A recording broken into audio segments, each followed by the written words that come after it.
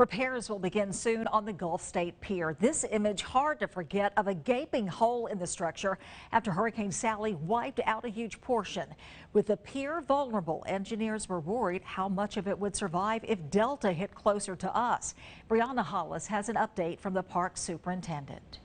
Well, we are now getting a better idea of the timeline of when that shortened version of the pier should open. Park Superintendent Gary Ellis says he's hoping for late winter. LDOT divers assessed the underwater damage to the pier last week, and there's only one piling on the front part of the pier that is damaged. On the part that's separated, however, they found 14 damaged pilings.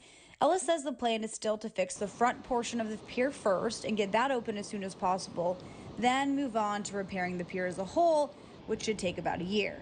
A direct hit from Delta would have destroyed any hope of that timeline. But at this point, crews don't anticipate any serious issues and have taken, quote, whatever preventative measures they can, and there's, quote, not much a low-grade storm surge could do, according to Ellis. While Delta isn't posing a threat to the pier, it is bringing dangerous surf conditions, and a rip current advisory is in effect through Sunday. In Gulf Shores, Brianna Hollis, WKRG News 5.